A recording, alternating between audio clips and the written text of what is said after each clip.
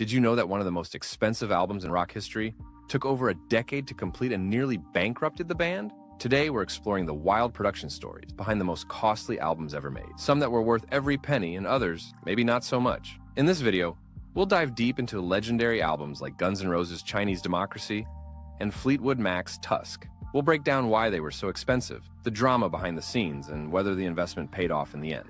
Let's get into it.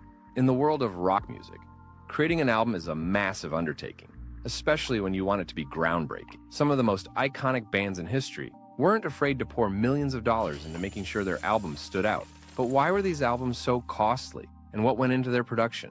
The answer lies in a combination of perfectionism, innovation, and sometimes just pure chaos. These albums define not only the careers of the bands, but also the future of rock music. Story number 1, Guns N' Roses' Chinese Democracy.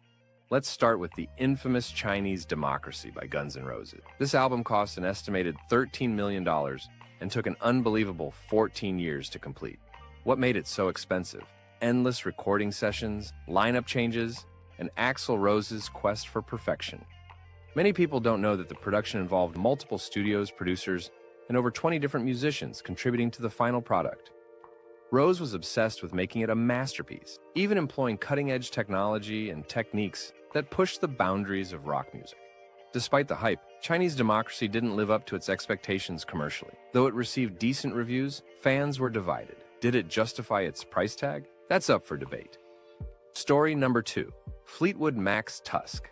Now, let's talk about Fleetwood Mac's Tusk, an album that came right after their multi-platinum rumors. The band spent over $1 million recording it, an unheard of amount for the late 1970s.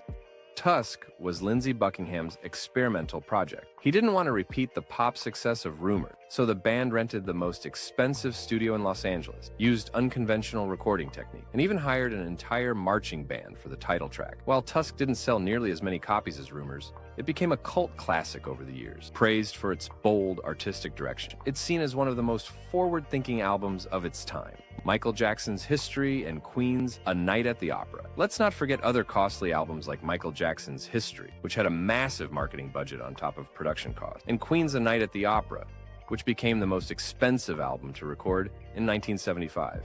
These albums pushed boundaries and redefined what a rock production could be. These expensive ventures often set new standards for album production. They proved that if you want to make something timeless, you sometimes have to break the bank. The Suprising Truth? Were they worth the cost? What's surprising is that not all expensive albums are financial flops. In fact, many of these albums, like Tusk and A Night at the Opera, gained respect and influence over time, even if they didn't immediately sell millions of copies. But were they worth the investment? For fans, yes. For record labels, maybe not. The real legacy of these albums isn't in how much they cost, but in how they shaped the sound and direction of rock music. But in the end, these records remain part of rock's most fascinating story. What do you think? Was Chinese Democracy worth the 14-year wait? Which of these albums do you think was worth every penny? Let us know in the comments below. And don't forget to like and subscribe for more deep dives into rock history.